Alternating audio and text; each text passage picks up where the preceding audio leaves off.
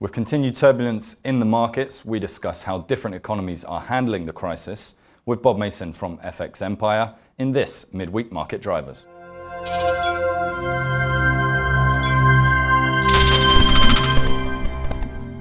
Hey Bob, thanks for joining us as always. Let's jump straight in. The coronavirus continues to impact the financial markets significantly. What data do we have surrounding the pandemic? Numbers on the coronavirus are pretty grim reading at the moment. We've seen the US go past 187,000 cases. That's been a sharp increase over the last week.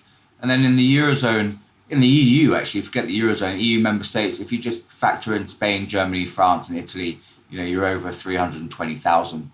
And the biggest difference really is the mortality rates. We're seeing the likes of Spain and Italy report mortality rates of more than 10%, while Germany is less than 1%.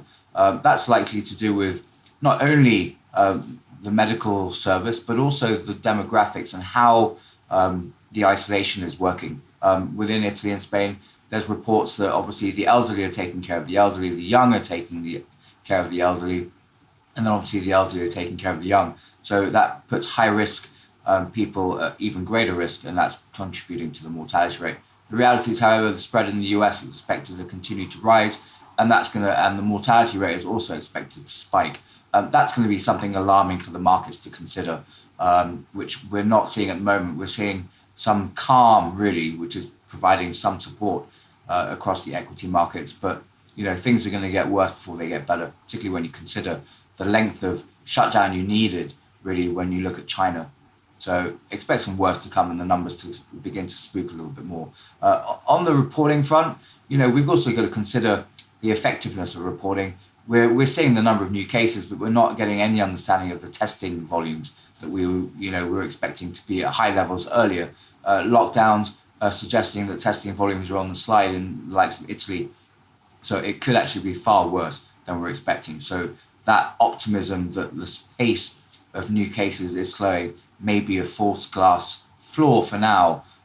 We'll need better numbers really to get a better sense of what's really going on. Elsewhere, it appears that the two major economies are handling the virus situation quite differently. What about the global equity markets? Quarter and what a month for the European equity markets. 2002 you have to go back to for the Euro Stoxx 600, and it's 23% drop in the first quarter to get a comparable. Obviously, coronavirus influence, but we've seen some volatility kick in. Some are calling that the bottom. We're seeing the spread of the coronavirus, however. There's no bottom when you're seeing marquee stocks swinging around by 10, 20% on a given day. Coronavirus spread will need to abate significantly. Economic data will need to begin to reflect the improved conditions, and then we can start expecting some support for the markets. For now, we're looking at Eurozone recession, EU recession, and probably similar in the UK, the US, and much of Asia. So there's no real reason for all of this to be yet priced in. We don't even know where the bottom is yet, not even from a virus perspective, before we start looking at where the markets are going to bottom out. Elsewhere, seemingly the biggest hit, and the thing we're seeing on the news all the time, is Italy. How well is Italy handling the situation, and what are you expecting to see next? Across in Italy, we're seeing rates still continue to rise in terms of coronavirus cases by 4 to 6K a day. That's still significant. Obviously, borders shut. We've got lockdown. That's been extended to Easter, and there's hopes that the government's hoping to ease confinement measures by Easter. That seems particularly optimistic. Making an early move, with a country so badly affected by the virus, could be catastrophic. Let's face it. Borders are going to have to remain shut. If they decide to open, no one's going to be going to Italy anytime soon. Tourism and manufacturing account for a third of GDP. There's going to be no demand, or very little demand, for manufacturing and tourism. Unless people are going to be willing to travel around, which we doubt. There's little incentive even for the government to want to, open the doors again and get the economy churning. It's going to have to sit back. We saw China, close down for 2 months. Italy's been 3 weeks. So there's another 4 or 5 weeks left before, this should filter through. Any early moves and expect, things to deteriorate. Italy, they do need to be cautious. Obviously, economically, it's been quite devastating. And also, when you're looking at mortality rates, but jumping the gun will be even worse. Finally, Bob, just to finish up, we're hearing a lot about crude oil as well now. What's the situation regarding that? And what do you expect to see next with crude oil? Oh, crude oil prices. We saw WTI fall to 20 a barrel, and then we've seen support kick in. Talks of the US and Russia forming an alliance to deliver price support, really. That's going to be as likely as, the US and China reaching a rapid trade agreement, which we saw was obviously not the case. It took beyond a year.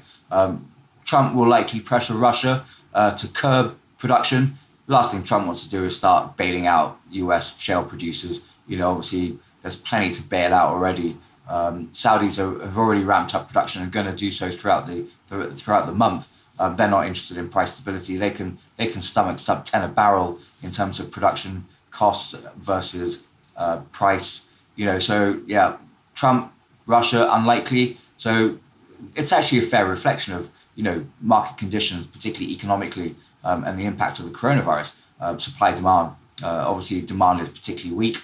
So you're expecting a deterioration in oil prices, and then you've got the Saudis ramping up and Russia refusing to step back. So that's what we're looking at.